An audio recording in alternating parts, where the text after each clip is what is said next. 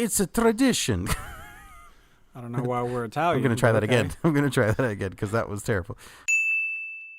With everything going on right now, obviously there's no movies to watch in theater, but a lot of these companies, I don't know if we've talked about this yet, but a lot of companies are pre-releasing them or just releasing them directly through streaming. Oh yeah, that's been really cool. I've been really a huge fan of this. I wonder though, however, like, is this going to be the new norm? Like, do you think people like right from the get-go, people are like, no, I must go to the theater because I like to pay for oversized popcorn and sit in sticky seats. And like, people like to go to the theater. It's a thing. You know what? My personal thought is what I would do is like I would release my movie like once everything goes back to normal. Obviously, I would release my movie early to streaming, like a week in theaters or 2 weeks in theaters, and then like right afterwards straight to streaming. The one caveat is I wouldn't include it in any trials. Like, oh, you got a trial to Disney Plus? Cool. When you get the actual version of Disney Plus and you pay us the $5, it's only $5. But when you actually sign up for a subscription, then you can see Frozen 2. Right. Well, I mean, that's how. I mean, one reason why I'm asking this is because I just happened across a new Disney Plus trailer for a movie that's coming out in June called Artemis Fowl. I'm assuming it's based off of a book. It looks like a Harry Potter-esque or a God, what's his name? I forget, but it's one of those fantasy kid movies. Okay. It's got Colin Farrell in it. I don't know if that means anything to you. Absolutely nothing, but continue. All right. No, it looks fun. You know, it not like Avenged level crazy fun, but fun. Okay. I don't know if this was made for streaming initially, and it was never supposed to go to theaters. But it's going to be available for free if you have Disney Plus. But the thing that you had said, well, it's free for most people because most people are getting Disney Plus for the first year for free. Or if not, they're getting it for a certain amount of time for free. And I wonder how that calculates into the end of year or end of quarter like numbers, right? You know, because when like for me, when I worked in sales, and at Verizon we had this thing called VCast videos. This was before the days of YouTube. This was before the days of on demand. You could subscribe for $15 a month. You could subscribe to the service with Verizon, and you would get, amongst other things, you would get to watch clips of TV shows. And when I say clips, I mean like 3 minutes, 5 minutes, sometimes 10. But the first month of this service was always free. And as a person who worked on commission, I didn't get that commission until you paid for it in your second month. Interesting. So the idea, if I were a sleazeball, is I sign up everybody and hope they forget, right? Okay. I'm not a sleazeball. So I generally told people, hey, make sure on the 15th you end it or else it's going to charge you. But if you like it, awesome. And sometimes it would stick, sometimes it wouldn't. I wonder if this is the same situation with this free year of Disney Plus. Like, is Disney and their stockholders under the assumption of, well, this is looking really good numbers-wise, and the content is really good, especially with the last season of Clone Wars, Mandalorian season 2 is coming out. Are these numbers awesome right now? Yes. But is it sustainable? Like, are they going to keep it on even keel because of the free versus pay model that's going to force everyone to start paying for it by, what is it, just December, January? Honestly, I think it's going to come down to people who have it for a year are just going to have it turn into like a staple of their household. And it's going to become something that just is like, oh, well, we have Disney Plus. Of course we do. Like, we're not getting rid of it because we've had it for forever. I mean, it becomes like a tradition. Like, it becomes part of your household. Right. And by that, you mean this additional $5 to $7 a month cost right? Kind of goes under the rug. You're like, oh, it's something. I don't know what it's for. But hey, we have Disney Plus. I don't know. Is that what you're saying? Like it just kind of gets blends enveloped into reality the fabric kind of thing. Yeah. Yeah. Okay. I want to go back to the thought of the getting rid of movie theaters though, because honestly, the reason why we go see certain movies in movie theaters is because of the experience, especially if it's 3D, if it's IMAX, or if you just need like a really odd, icky place to make out with somebody. I mean, there's another multitude of reasons, but those are like the top three. Do you think? But that's the thing. Like they're very expensive. Like a movie ticket back in my day of being a child was very inexpensive, and now for someone who has multiple kids and multiple mouths to feed, and all that other stuff, it's like $50-$60 to take everybody out to the movies. And now we could just do it at home and spend a quarter of that, if that. I mean, I think they'll still be around if that's what you're asking. Like, I don't see them being super affected in the long run from this because they are a staple. They are a thing. I don't know. I don't see them going anywhere personally. Well, the one thing that I found interesting was before all of this, about a year ago, maybe a year and a half ago, Netflix came under fire because they not only released a brand new movie on their streaming service, but simultaneously released it in select theaters around the world. But because they released it in theaters, this gave them the opportunity to put that movie under consideration for an Academy Award. You have to have your movie play in a theater to be considered. Interesting. And so like all these other things that we've seen that goes straight to streaming service, they might win an Emmy. They might win a Golden Globe, but they will never win an Oscar unless it goes to theater. So I wonder if, because of how this is working now, if that rule is going to be amended, or if they're still going to say, well, sucks to suck, but we were only in quarantine. Let's say all this ends by June, July. We were only in quarantine for 7 months. So you still had the rest of the year to put your movie out. So why didn't you? I mean, I wonder if the Academy would do something like that. Right. Well, they do some weird things from what I've seen, and what I've seen is very uneducated, I'll say that. But, yeah, they do some weird things, some weird rules like that. Is there any movie that you've seen both in the theater and at home, and you feel like maybe the at-home viewing was better than the theatrical viewing? Maybe like a funny movie, I guess. Yeah. I could maybe see that, but I hate to break it, but I don't see a lot of movies. Oh, that's true. Yeah, you're the wrong person to ask. Yeah, I don't go see a lot of movies. I don't know. It's just, I see the highlights, I'll see the Star Wars films. I'll see the Avenger films. But going past that, it's not a lot. It's really not a lot. Yeah, I've pretty much set the bar to epic films only in theaters. Otherwise, what am I watching? Like, I'm not going to go see an Adam Sandler film in a movie theater. I'm sorry. But if Grown Ups is playing on on TV, or, Waterboy or something like that, yeah, turn it on. And I think comedy is a really good example where, because it's a comedy and because you're in the privacy of your own home, if you're with your family or better surrounded by friends, you can make little jokes here and there. No one's going to tell you to be quiet. Right. And that's like if your family is okay with, talking during a movie. I think it depends on the movie though, right? Like, it also definitely depends on the movie, for sure.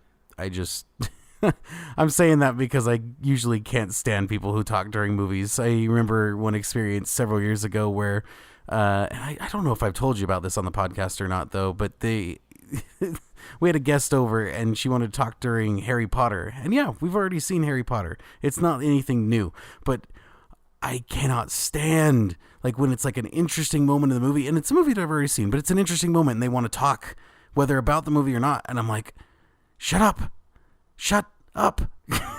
Like, just enjoy the movie. It's a roller coaster, and you want to pause the roller coaster and like talk about the essence of the roller coaster. Wait, they wanted to pause? No. movie? Like that's what it feels like. Oh, okay. No, pausing's worse. Pausing's even worse, but Yeah, pausing is like, whoa, wait, pause that. What'd you think about that? I don't know. Why don't we move on and we can figure out? I agree. I don't think that if you're watching a very suspenseful or thrilling or a movie that's about an adventure, like Harry Potter or, Indiana Jones, for example. I mean, we know what's going to happen in the end. Everybody that is a good guy generally is going to be okay, maybe minus one person that dies or something. We know that's the general plot of these kinds of movies. That doesn't mean you need to overanalyze everything. That doesn't mean you need to start figuring out the subplot right here and then. That's what the after show is for. right. Right? That's after a couple of shots, or if you don't drink, that's after a couple of, couple of slices of cake, or whatever. Like, I remember, for me, we were watching Star Trek, and it was one of the episodes, one of the movie episodes where there were Klingons, those characters with ridges on their forehead. Right. And while they were talking in Klingon, there were subtitles. I can read very easily. And I've seen this movie multiple times because I was a huge Star Trek fan. I don't need 4 people simultaneously reading subtitles. Don't need it. Like out loud? Out loud. They're all reading Hush. out loud. Hush. And that's basically what I did. I was like, guys, we can read. It's like, no, but I just want to make sure I understand. The only way that way works is I've got one family member who has dyslexia, and Okay. I would in the past like kind of nonchalantly read the subtitles out loud, so they could get the Yeah, but like, you're what was being going on. assistive. You're helping somebody. Right. You're not being a derp about it, right? You're doing something for the greater good to help somebody else, and that's awesome. And if someone were to put you down for that, then you could tell them to go stick it somewhere. We're talking about every other situation, the 99% other situations. Right.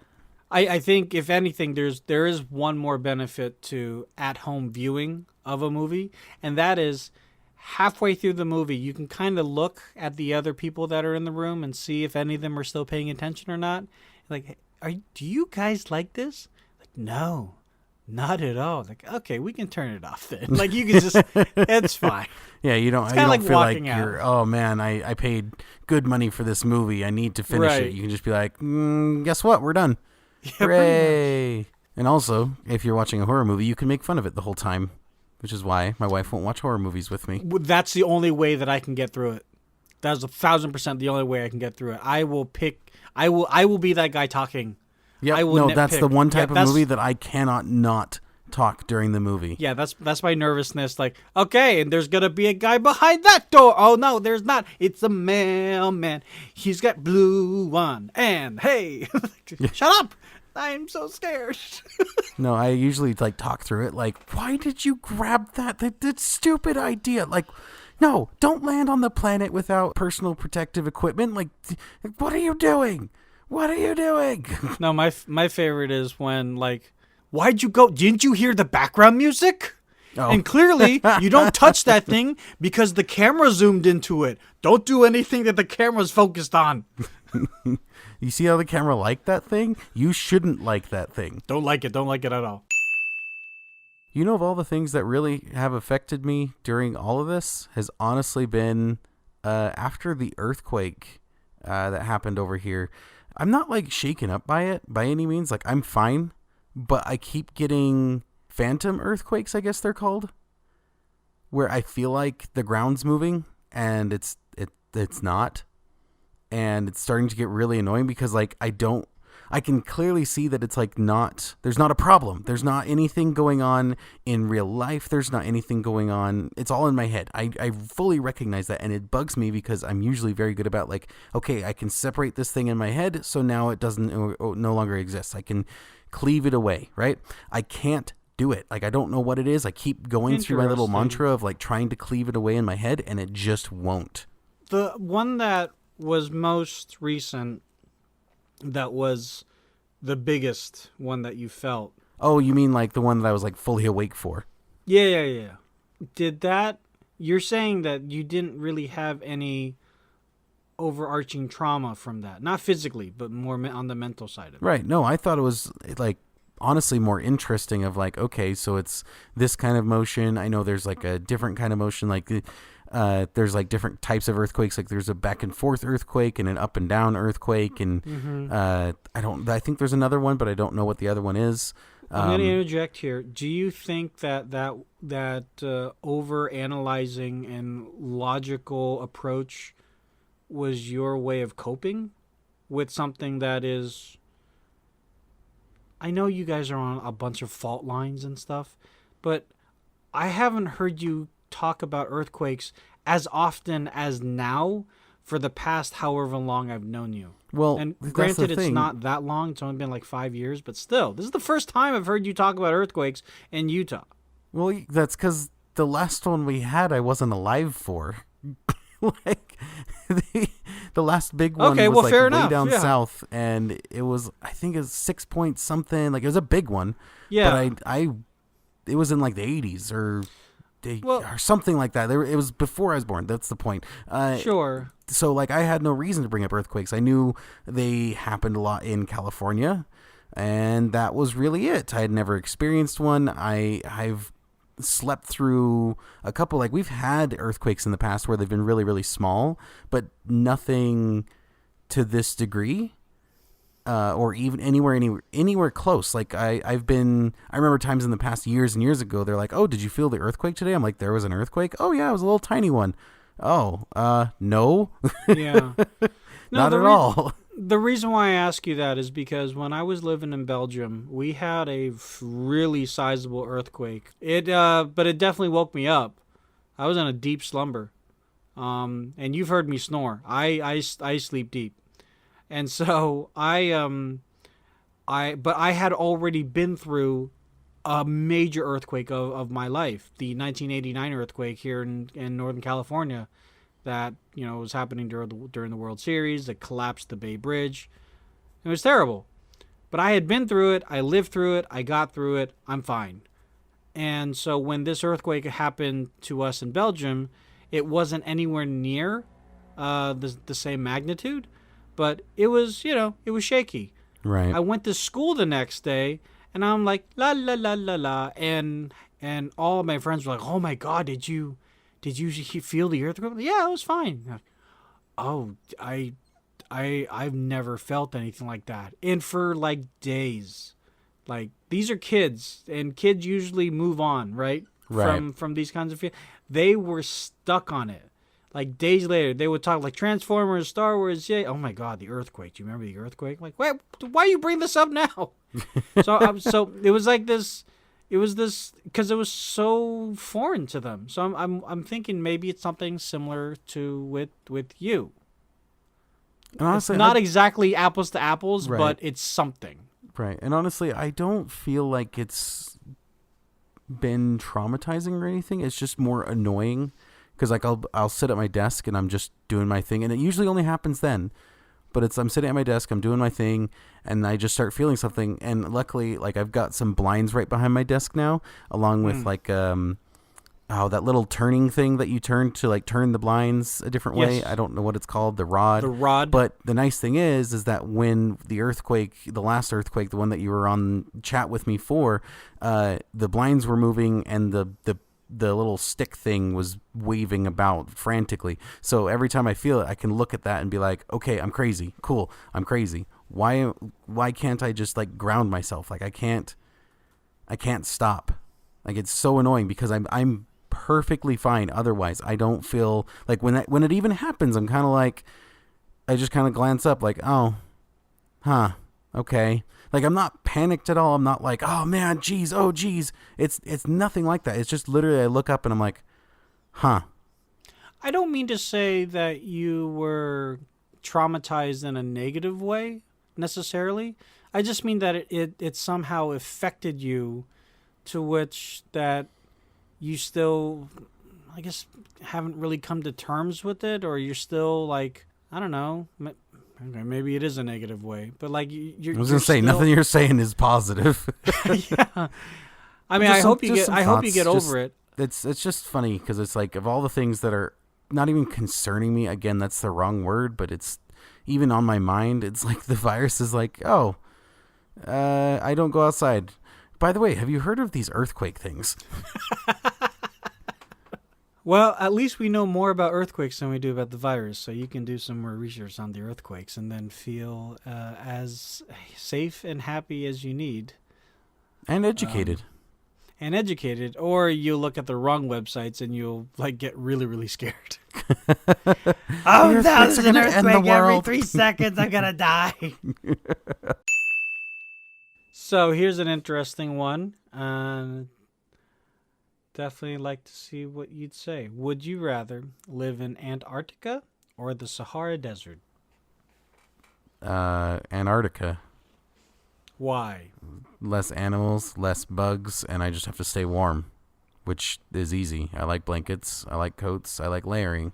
Like, yeah, that's I'm in the same boat with you. That was dumb.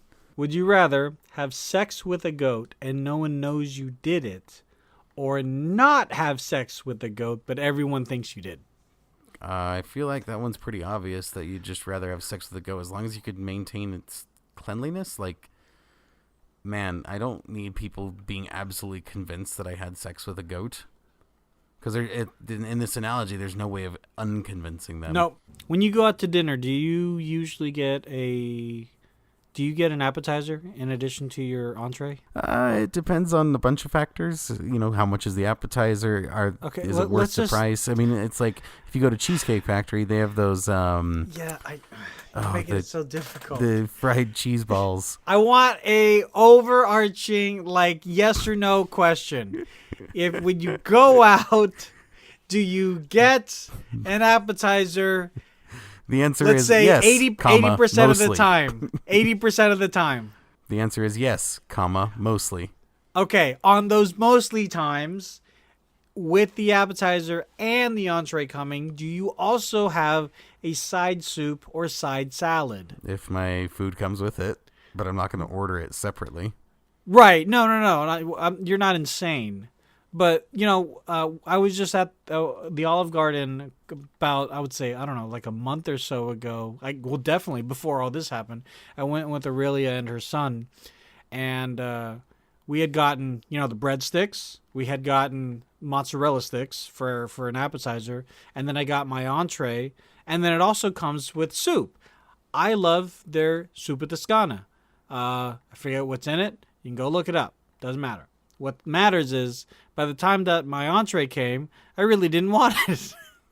Why Filled up too much? are they filling us up with all these carbs to when the protein comes, which is generally what your entree is, just majority of protein, you're like, oh, I'm done.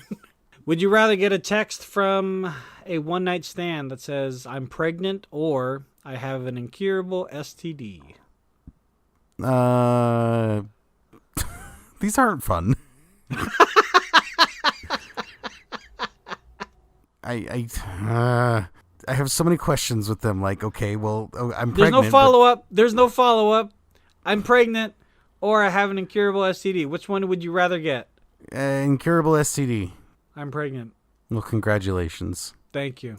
And let's just say this is under the auspiciousness that we're both not married or engaged to be married. This is a completely sidelined, different universe hypothetical. All right. Would you rather find a $100 bill floating in a public toilet or $5 in your pocket?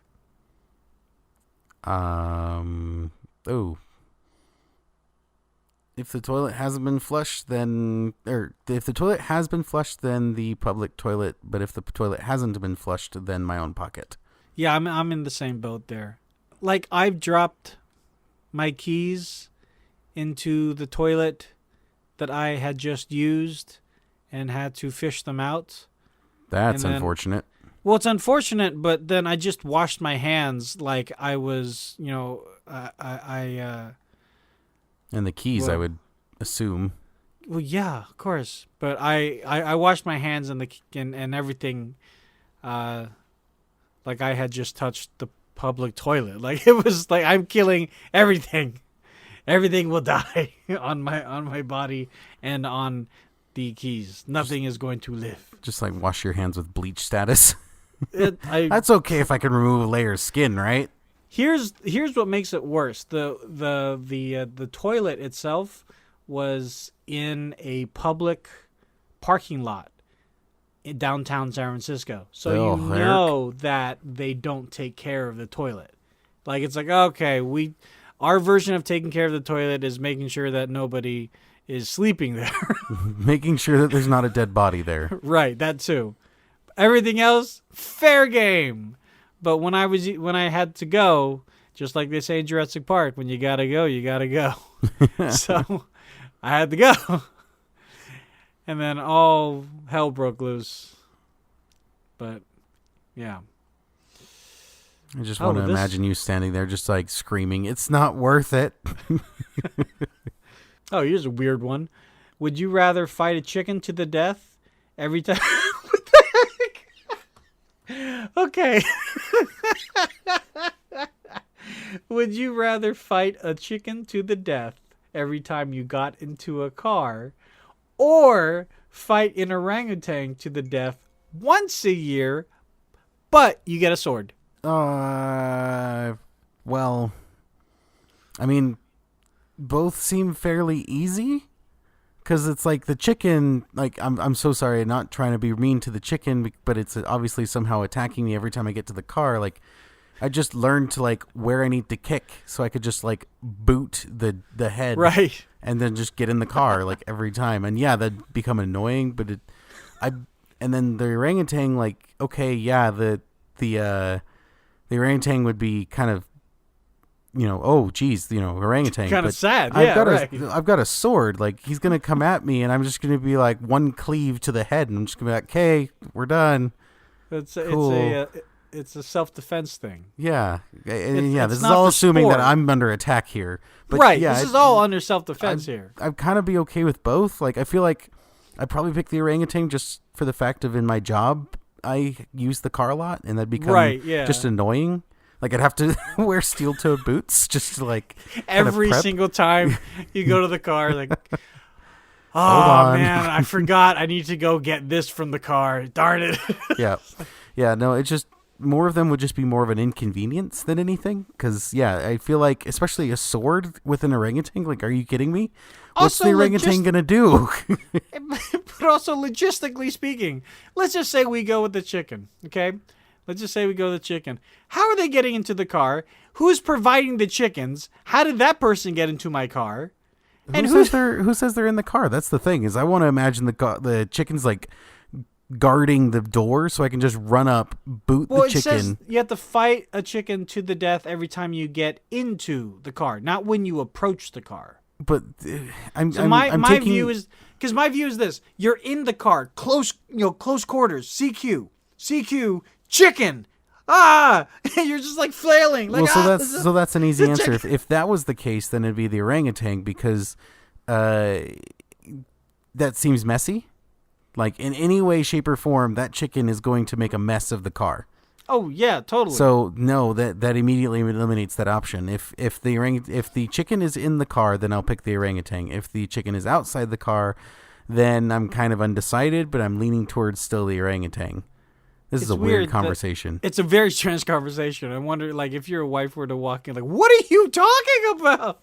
It's weird that it's like, well, let's take this tiny animal, a chicken, and put you in close quarters in a car. Or only once a year you can fight an orangutan. You get a sword, but it doesn't specify location. So this could happen anywhere. Well, it's easy. I'll just pick an empty field. The orangutan can come at me. No, I'll but stab the orangutan and we'll be done. It doesn't say that you get to choose. It doesn't say I don't either. Yeah, I guess. Okay, let's just say you don't get to choose, though, because it makes this conversation more interesting. You're trying to change a lot. What about the other questions where you were asking me about things and I was like, I have questions. And you're like, nope, no questions. Same to you then. No questions. No statements. No nothing. I pick the orangutan. I will stab at thee and we'll be done. Would you rather lose all your teeth or lose a day of your life every time you kissed your wife? No. All my teeth doesn't really sound that bad because they have implants. Oh yeah, you're right. Yeah, I'd just go with the implants. Like, yeah, that would kind of suck, and it's not the best option in the whole world, fun. But okay, it's between the two. Moving on. Would you rather have a pause button in your life or a rewind button? Ooh, rewind for sure. Rewind, because that acts as a pause button. It's gonna be an easy answer. If your wife to be is going to receive a superpower. Your job is to select a superpower she should not have. What is the one superpower she cannot choose? Immortality. Oh my gosh, no. We're not going back to that conversation. No. And that's mean. That is mean. That is their personal decision. You have killed someone, basically. Now, you know what? I've actually had this conversation with her, and she also agrees with me. So there. It has to be something she wants. Let's add that stipulation. Okay. Let's add that rule. Mr. Don't change the rules. Okay. This is a good rule change. Like my rule changes were good. Not trying to hinder, but whatever. A superpower that she would want, but I would not let her have it. Okay, so what do we got? We got flying, X-ray vision, hear my thoughts, telekinesis, fireball. Okay, I'm gonna go with fireball, and I'm gonna say this out of complete love. She can be kind of a klutz sometimes, and we have even coined the term she-hulked some things that should not be broken. She has broken them. Okay. Including a door handle or two of a car, I believe. And so I feel like if she had superpower, we would have to deal with the immense strength. But if she had immense strength and the ability to shoot fire, that would be just bad. It's already bad, but it would just even be better. We don't want it to get there. So what power then? The fireball. No flamethrower. No flamethrower. She can have the super Hadouken. Strength. She can have like why strength. Not super dexterity? Huh? Why not super dexterity? She can have that. No. I'm saying like instead of eliminating those things, like just get a super dexterity and we'll be done. Okay, so she has that. So she no longer has to worry about the not eye-hand coordination, but the klutziness, right? Is that what we're going after here? Is that what we're saying? Sure. Okay. So if that is out of the way, then what other superpower would I not let her have? Well, far be it from me to suppress a woman. I don't know why you're okay with doing this. Oh my gosh. But I would probably have to say the ability to grow and shrink her fingernails at will. And the reasoning behind? Because it's a stupid superpower. But Meg Griffin had it in an episode of Family Guy, and everyone made fun of her. And I don't want anyone making fun of Aurelia. So okay. Why? What superpower would you deny, Maddie? Ability to read minds. Ability to read minds. What you got to hide, bruh? What's your problem? No. I think the ability to read minds is a terrible thing. Like that should not be a thing. If they figure out how to do that, they should delete that. Like whatever they got to do, don't do it. Because you have no. Like for one, if I didn't know you had that ability, like your mind, I don't know of a better way to say it. Just it's your mind thinks things, and Sure. that's where your private space is, and like literally no one can ever get in there, and the ability for even just one single person to get in there is just not okay. Also, there's been a number of, we'll call them documentaries, of superheroes and Marvel movies that have mind readers, but they read everybody's mind and they go crazy. I'm like, yeah, that doesn't seem like fun. Yeah, I don't know if that. Let's go with the selective mind reading, but that just seems like too much information off of someone. You know, if especially someone that is like anxious or something and wants to know what you think. Like maybe you shouldn't know. Maybe there's reasons because this, that, and the other, or I feel like it would be. I feel like it would be like death by 1,000 cuts. Like you'd hear all these tiny little needling things that would just kill you. Don't say that. It gives me chills down my spine. What, needling? Death by 1,000 cuts and like little cuts. And it's like, I don't like that okay. Image and the feeling. Well, I've got pictures to show you, but we'll go back to that later. No, let's not. All right, so no mind reading for you, and what did I say for Aurelia? No fingernail growing? No. It's kind of lame. It is very lame. I'm gonna go back to what I said earlier. Like no fireball. I don't care, dexterity or not. No fireball. All right, here's one more for you. You wake up and it's 2050. What's the first thing you search on Google? On Google? Yeah, like first thing you search online, like you searching like current location of your relatives, loved ones, all that, regular stuff that kind of just first comes to mind. Eliminate all of that. What else do you search? So I can't search where Aurelia is or where my kids are. Right, like that. Let's just say that stuff's already taken care of, or let's say you wake up and the first thing you see is a doctor and they say, hey, your family will be in just a minute. Okay. So you already know, like, they're here, they'll be in here in a minute, like, whatever. It doesn't matter where you're at, but yeah. I would say but